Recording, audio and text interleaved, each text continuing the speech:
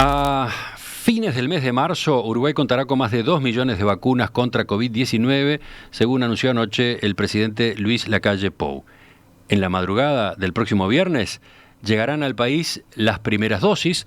Esta partida se compone de 192.000 elaboradas por el laboratorio chino Sinovac.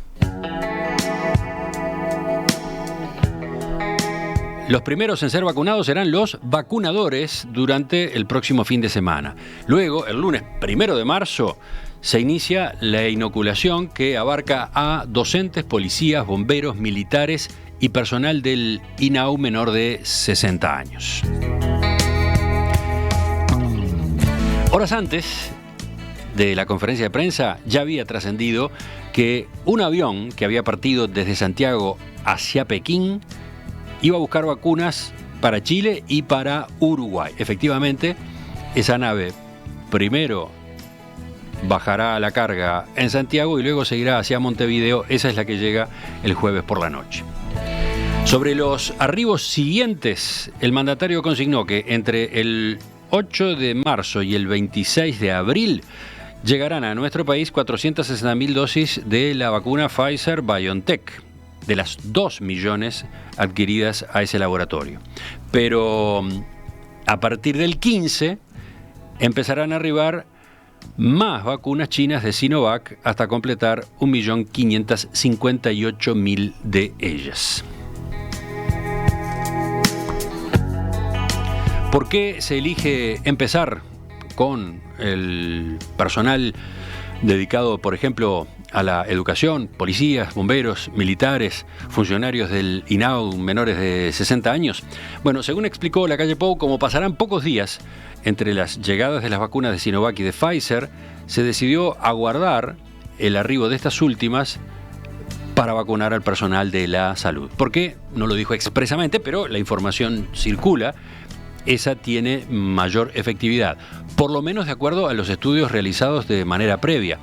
Ya ha pasado, en la medida que han avanzado los planes de vacunación en algunos países, que las vacunas han ido demostrando mayor efectividad que la que exhibían en los estudios previos. Bueno, ya hay un plan de vacunación, por lo menos el inicio de un plan de vacunación. Este asunto dio pie para mucha discusión política, ustedes saben, en las últimas semanas. En particular, hubo polémica entre la oposición y el oficialismo.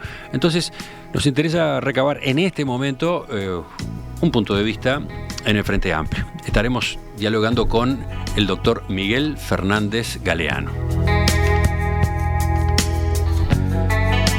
Ustedes lo ubican, ha participado en nuestras tertulias, es doctor en medicina, especialista en administración de servicios de salud, fue subsecretario de Salud Pública entre 2005 y 2010 y fue adscripto a la presidencia de ACE entre marzo de 2018 y marzo 2020.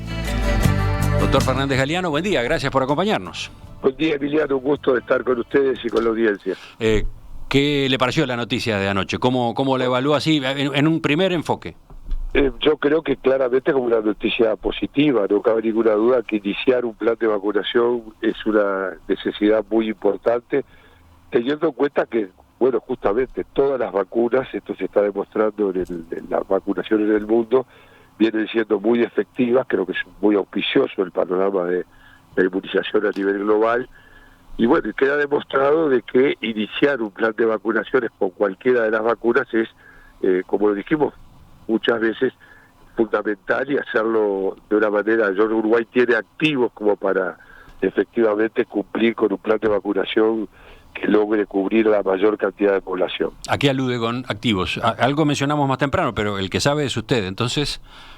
Bueno, yo diría que los activos son varios. En primer lugar, el sistema de salud, la tradición vacunadora que tiene el Uruguay. Yo creo que en Uruguay hay una cultura de la vacuna que por suerte ha formado parte de todas las generaciones, y creo que eso, en ese sentido, tenemos un elemento muy positivo. También tenemos un sistema de salud muy extendido, con un primer nivel de atención, tenemos fortalezas. Bueno, tenemos que evitar justamente generar sobre las vacunas, a partir de un mal manejo, una idea de desconfianza. Creo que tenemos que trabajar mucho, una muy buena comunicación, una comunicación que dé seguridad, que informe, que dé seguridad, que muestre las incertidumbres que todavía tenemos, pero que sobre todo jerarquice aquello que nos pone a todos tras el objetivo de la protección individual. Y acá un punto muy importante, Emiliano, para poder aportar modestamente desde mi lugar en este sentido. Las vacunas todas están demostrando una enorme eficacia para lo más importante en lo inmediato, que es proteger de las hospitalizaciones y proteger de los cuidados críticos y de la muerte y del fallecimiento. Y ese me parece que es el mensaje principal que tenemos hoy. ¿Cómo armamos el plan de vacunación? Bueno, no podemos convertirnos todos en directores técnicos, pero no cabe duda que si las vacunas llegan en los tiempos en que se está estableciendo, los planes de vacunaciones pueden estar bien, pero hay que estar muy atento a cuál es el flujo de llegada de las distintas partidas, porque esto requiere de una ingeniería, de una articulación de logística, de disponibilidad, etcétera, de llegada de las vacunas, que si no hay buena comunicación y si no hay buena organización, podemos complicarnos. Entonces, bueno, pero justamente a partir de lo que yo recién reseñaba y que se informó anoche, la vacunación empieza el lunes próximo con Sinovac y con un determinado sector de la población. Sí. Bueno, vacunadores primero y después docentes, policías, bomberos, militares, personal del INAU menor de 60 años. Esa etapa inicial así, porque los oyentes hace un rato preguntaban, tenían dudas, ¿usted cómo la ve? Yo creo que si las vacunas llegan, si el resto del portafolio de vacunas, de la canasta de vacunas, llega en los plazos que se está estableciendo, o sea, el 8 de marzo para la vacuna de Pfizer, etcétera, la organización, si hay que tomar el plan de vacunación de marzo como un plan integral y ver que se van encubriendo las distintas poblaciones. A mí del conjunto del esquema... En particular, por ejemplo, el personal de la salud empezaría a recibir la vacuna cuando llegaran las de Pfizer-BioNTech, ahí a partir del 8. Claro, pero ahí hay que ver los volúmenes que llegan, ahí es muy importante. Yo no quiero ser contradictorio y empezar con la crítica, porque no la quiero hacer, pero hay que saber cuál es efectivamente la llegada de las vacunas de Pfizer, cuáles van a ser el ritmo, el flujo de llegada de esas vacunas.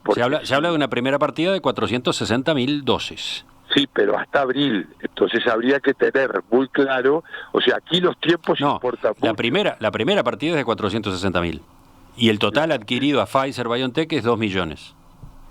No entendí, quizás esté yo equivocado, pero entendí que eran partidas de 40.000 y que las 400.000 se producían en un ciclo que iba del 8 al 26. Está bien, vamos a manejar con precisión eso. También es claro que Pfizer-BioNTech ha tenido dificultades para ir entregando, ¿no? Por eso mismo que yo, celebrando el hecho de que estemos empezando, quiero destacarlo porque creo, Emiliano, que lo peor que podemos hacer es sacar la camiseta para decir lo logré o cuestionar sin tener en cuenta cuáles son las complejidades con las que tenemos que planificar hoy. Yo creo que sacar réditos políticos de un sistema, de una situación de salud es malo siempre, es malo en términos de salud pública y es malo en términos de pensar una perspectiva global. Yo, por ejemplo, de todo lo que se ha planteado, tengo una preocupación, un punto de atención en la población mayor de 65 años, con comorbilidades, que es la población sin duda de riesgo, que creo que hay que ver en qué momento del cronograma ingresa. Entonces, sí, esa es una inquietud que viene en varios mensajes de los oyentes de esta mañana, ¿no? Claro, Emiliano, porque acá el tema es cómo articulamos.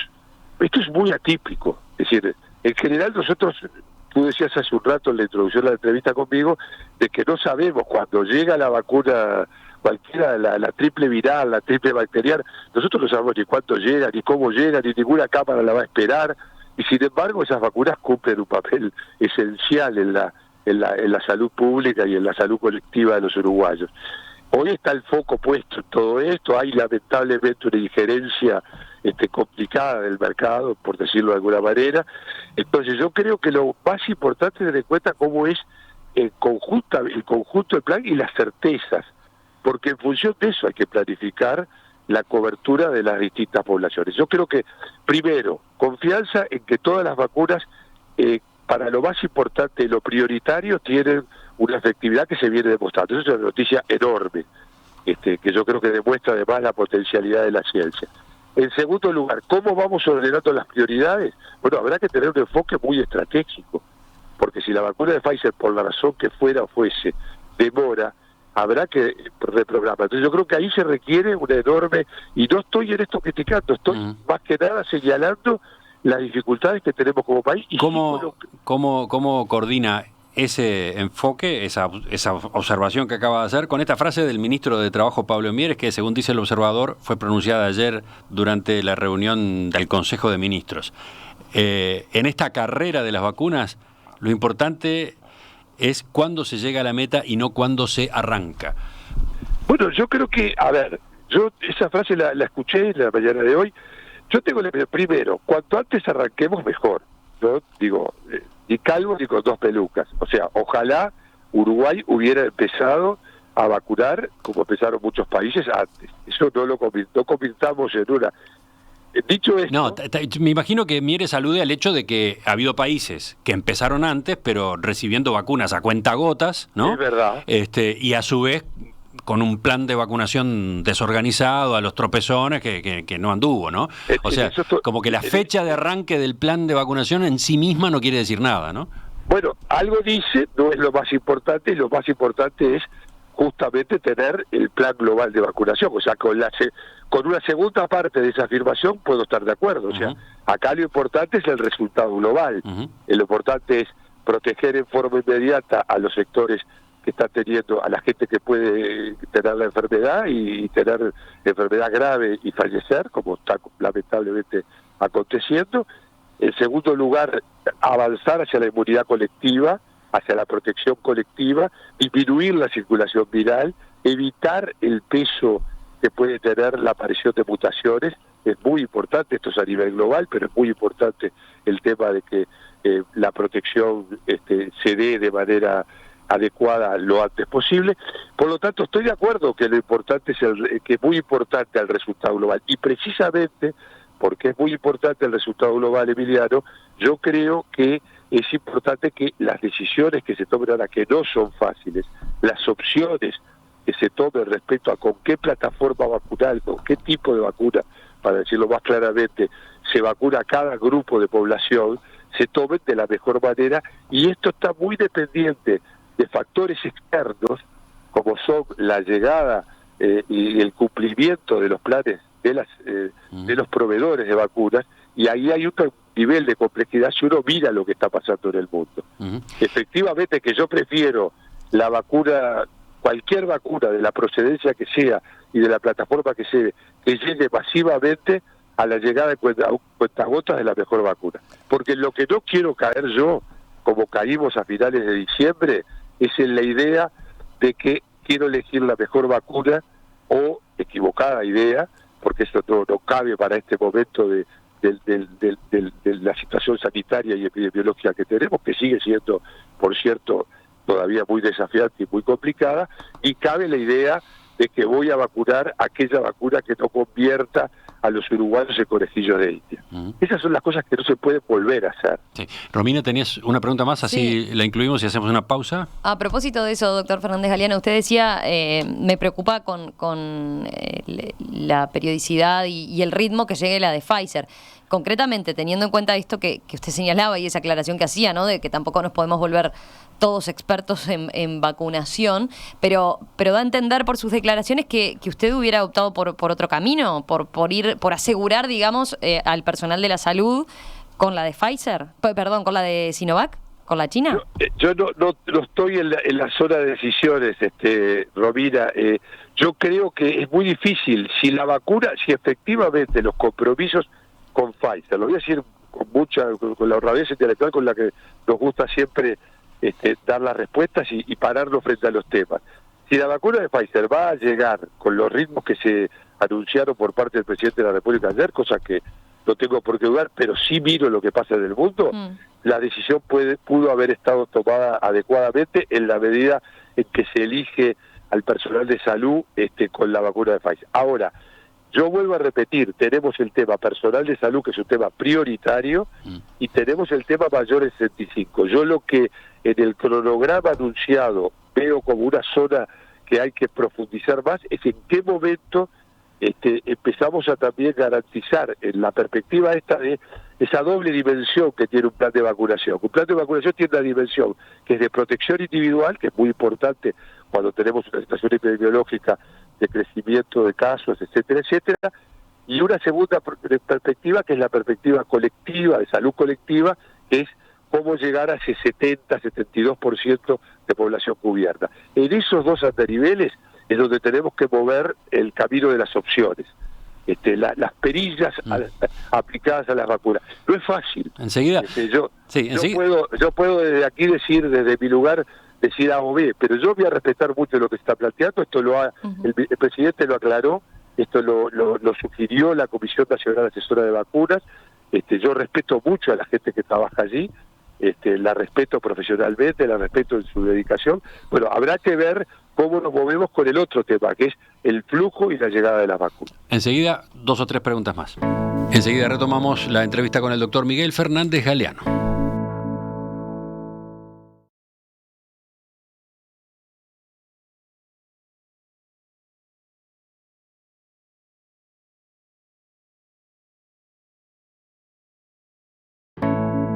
El plan de vacunación anunciado anoche por el Poder Ejecutivo, a partir de la llegada este jueves de noche de la primera partida de 192.000 dosis de la elaborada por Sinovac contra COVID-19.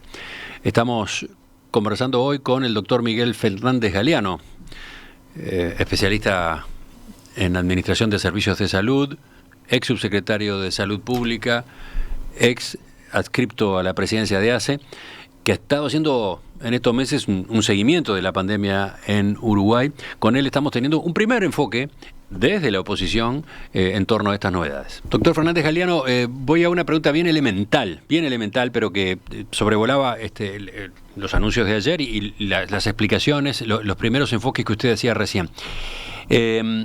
La vacuna china Sinovac tiene una efectividad del orden del 50%. ¿Cuánto es? 50%. 50.6, pero para un estudio que se hizo en Butantan con personal de salud, en condiciones muy exigentes. Exacto. Entonces, ¿qué significa ese número? ¿Qué significa ese número y cuánto devalúa, entre comillas, a esa vacuna? Sobre todo pensando en quienes la van a recibir, supongamos los docentes, ¿no? Esa es una inquietud que aparece. Lo primero que hay que tener presente para ir más rápido al análisis de la efectividad es que esta vacuna, por cómo se viene administrando masivamente, para prevenir enfermedad grave y fallecimiento, tiene una efectividad, como todas ellas, en el sentido de las comparaciones de vacunas, vaya si son complicadas, del 100%. Esto lo digo hemos mirado efectivamente. Entonces, lo que hay que mirar acá es... A ver, ¿cómo es eso? ¿100%? ¿Por qué? Porque es una efectividad que no se ha demostrado en las personas, no se ha verificado con todo el plan de vacunación que ya se ha iniciado con Sinovac, que haya habido casos de gravedad prácticamente. O sea, la persona puede eventualmente contagiarse, pero no va a tener los extremos de gravedad que el COVID llega a alcanzar, ¿no? De eso estamos hablando. Exactamente, de eso estamos hablando, y eso, como se comprenderá, es muy importante. No es todo a los efectos de eliminar la circulación viral. Yo debería, pero jerarquizar a los efectos.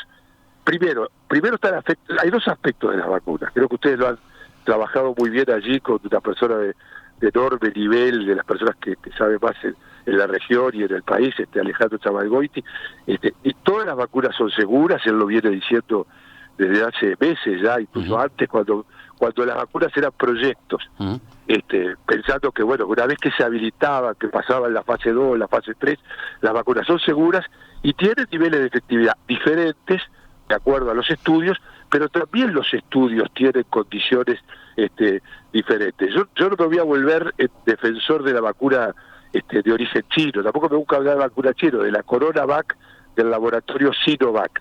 No la pero sí voy a decir que es la vacuna que ha tenido, primero es una vacuna, una plataforma conocida, que es la plataforma de a virus inactivado, que son las vacunas con las que habitualmente se vacuna, y en segundo lugar, respecto a esta vacuna, tener presente que ha demostrado que tiene, por lo tanto tiene seguridad, pero también tiene como vacuna un nivel de impacto mayor que el estudio del Instituto Butantan, que también lo conocimos por el tema de la provisión a Uruguay.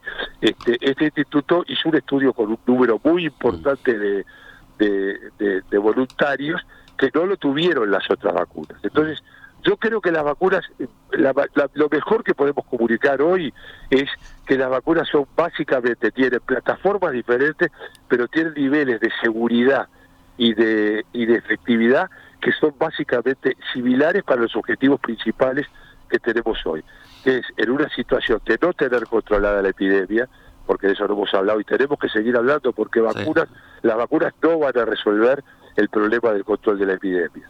Bien. Son una condición necesaria, pero no suficiente. Hablemos de eso ya para cerrar esta conversación. Hablemos de cómo estamos, de la situación. El informe oficial sobre la pandemia en Uruguay reportó anoche 500 contagios nuevos de coronavirus en 4.867 análisis.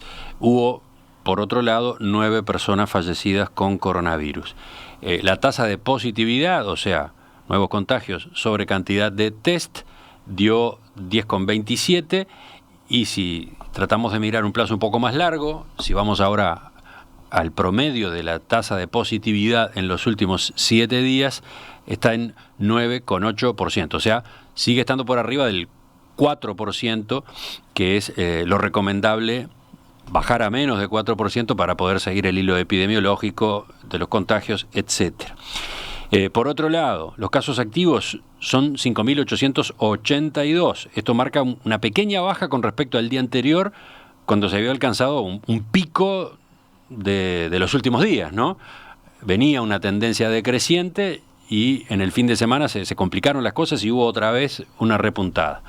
Por otro lado, en cuanto a enfermos en cuidados intensivos, la cifra es 68. Es un poco más alta que los días previos, pero está en esa franja de 60, que ha sido una buena noticia. Llegar a 60 ha sido una buena noticia porque llegamos a tener niveles mucho más altos, recuerdan, ¿no? Los oyentes en el mes de enero, por arriba de 100, ¿no?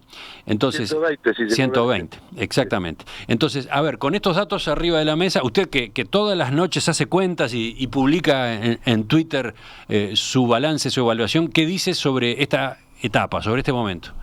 Bueno, hacemos cuentas mirando la tendencia, justamente, evitando quedarnos solo en el dato del día y ubicando el dato del día en el contexto de una tendencia y en el contexto de promedios y de incidencias acumuladas. O sea, pasando del dato a la información y de la información al análisis. Y el análisis lo que nos dice es que la epidemia no está controlada. Seguramente en un plan de vacunación efectivo, de lo que hablamos hasta ahora, en unos meses pueda empezar a establecer niveles de control importantes. Pero hoy, con los niveles de movilidad incrementados, la epidemia no está controlada. Y tenemos 3 indicadores para hablar de ello. De uno ya hablaste tú, Emiliano, es el indicador positividad, que tiene toda una cantidad de sesgos producto del número de test que se hacen, etcétera, tema que también venimos siguiendo. La positividad es alta, efectivamente está por encima del 4% que establece la Unión Europea como nivel de riesgo. Supo estar más alta también, ¿no? Supo estar más alta, llegó a tener valores diarios puntuales de 14% y de promedio tuvo promedios del orden del 12,5. O sea, tenemos en ese indicador sensible de la situación de la epidemia, que es la positividad, o sea, el número de test positivos en el total de test, un ratio que todavía es un llamado de atención. El segundo elemento es el elemento que tiene que ver con, ni más ni menos, el seguimiento de los hilos epidemiológicos. O sea, cuál es el porcentaje de casos que se producen nuevos que es posible seguir el nexo epidemiológico. Eso durante toda la pandemia, en los primeros 8 o 7 meses, 7 meses, mejor dicho, de pandemia, estuvo en Uruguay en el orden del 15%. Hoy está llegando a más del 40%. Entonces, ese es un factor que por definición es fácil de explicar. Si yo no puedo estar sabiendo quién es el que está contagiando, yo voy a tener una cadena de transmisión incrementada. Y eso, con una movilidad muy importante, nos plantea problemas. Y después tenemos incidencias acumuladas y promedios que, si bien han bajado respecto a valores que teníamos, siguen estando todavía en promedios y incidencias acumuladas en 14 días del orden de 300 por 100.000 habitantes. Aclaremos lo de la incidencia, ¿no? Incidencia es, el promedio de Harvard es el número de casos sumado en una semana dividido 7 ajustado por 100.000. Es una cuenta relativamente sencilla, ¿no? No es y ese promedio es el que da, número de casos por día promediado. Es bueno porque en lugar de quedarnos con el dato del último día, eso con las epidemias se hizo desde siempre, es histórico, trabajo más con lo que se llama la semana epidemiológica. Y mido qué pasa con la semana epidemiológica. Y Uruguay está en 16, ¿no? Uruguay está en 16. 16 con global, 30. Hay 2 departamentos que están por encima de 25. Están en rojo. Que están en rojo. Uruguay está en naranja. Y Uruguay está en naranja. Y bueno, Uruguay hace ya varias semanas que estamos con 8 departamentos amarillos, o sea, entre 1 y 10, y 8 o 9 departamentos en naranja, y bueno, y el rojo, que ha estado variando. Recordemos que Montevideo estuvo en rojo y que Uruguay llegó a estar en rojo en el momento de crecimiento exponencial. Entonces, no todo es crecimiento exponencial. Es decir, lo que define el control de una epidemia no es el crecimiento exponencial per se, el valor matemático. Eso es lo que a veces se distorsiona. Lo importante es saber, y OMS lo ha definido con mucha claridad, en qué situación epidemiológica estamos. Estamos en situación de transmisión comunitaria. ¿Transmisión comunitaria en qué nivel? En nivel 3.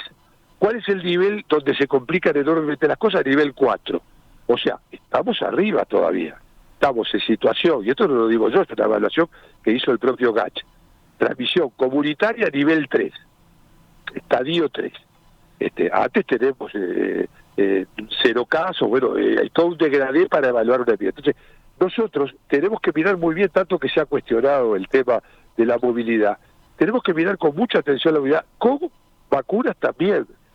Y esto quiero dejarlo dicho, pero no para decir, estamos siempre, la oposición o alguien de la oposición siempre buscando la mala noticia, ya está alguien empezando a pensar qué es lo que falta.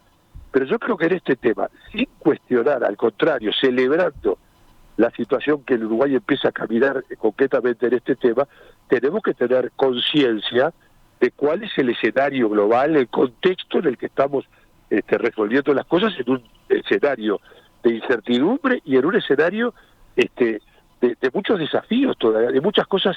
Eso es la incertidumbre que no sabemos. Entonces, ayer no se anunciaron nuevas medidas, por ejemplo. Ayer se dejó el paquete tal cual está desde las últimas resoluciones que se adoptaron. ¿Cómo observa eso? Yo creo que hay que estar muy atentos a la evolución global de la epidemia y realmente si iniciamos la actividad el inicio de marzo, esta vez, creo que eras tú el que decías hace un rato, el último ciclista se baja el 28 de febrero. Si el primero, o Romina, si el primero de marzo nosotros tenemos una situación de remontada en la curva de casos, con todo este análisis que veníamos haciendo, no solo mirando el último dato, vamos a tener que volver a pensar en términos de manejar la movilidad, que no tiene, para mi gusto, y me voy a poner polémico en este tema, que ver con el tema de la libertad. Yo creo que en esto yo soy un defensor acérrimo de la libertad, pero creo que cuando estamos frente a problemas sanitarios que nos pueden complicar el problema, tenemos que mirar muy bien, no la libertad, sino mirar muy bien cómo manejamos el tema de las restricciones, cómo manejamos el tema de cuidar y de prevenir los contagios. Hay que tener en cuenta, Emiliano, sé que ya debemos estar terminando en el tiempo, que nosotros demoramos 277 días para llegar a 10.000 casos. 277 días. De ahí en más, la tanda de 10.000 en 10.000 se han producido en el rango de los 10-12 días para que llegara a 10.000 casos nuevos. De hecho, ya estamos llegando, superando los 50.000 justamente en esa perspectiva. Y hay que tener en cuenta que cada 10.000 casos, porque uno dice 10.000 casos, bueno, ¿qué son 10.000 casos? Cada 10.000 casos estamos hablando de un número muy importante de 150, 180 personas de CTI o más, y un número muy importante de fallecidos. Y esto no es hacer tremendismo ni trabajar con el miedo, es la realidad de una epidemia, de una enfermedad transmisible que añade muerte, porque la comparación, esa falaz que se hace de que, bueno, los muertos que hay por COVID son menos que los que hay por tal o cual cáncer, es una soberana error de presentación, porque en realidad estas son muertes evitables que se añaden a las otras. Por cierto que hay que atender todos los otros temas de salud. Doctor Miguel Fernández Galeano, ex subsecretario de Salud Pública en el Gobierno de Frente Amplio, gracias por acompañarnos esta mañana con estos apuntes de un primer análisis en torno a las novedades surgidas anoche, el plan de vacunación, los desafíos que vienen. Volvemos a conversar. Gracias a ustedes, Emiliano, las órdenes. Hasta pronto. Fue el puntapié inicial, ¿no? Viene una larga serie de notas en esta materia, ¿no? Después de haber navegado como navegamos, después de haber quedado sumergidos como lo fuimos en la pandemia, el COVID, el virus.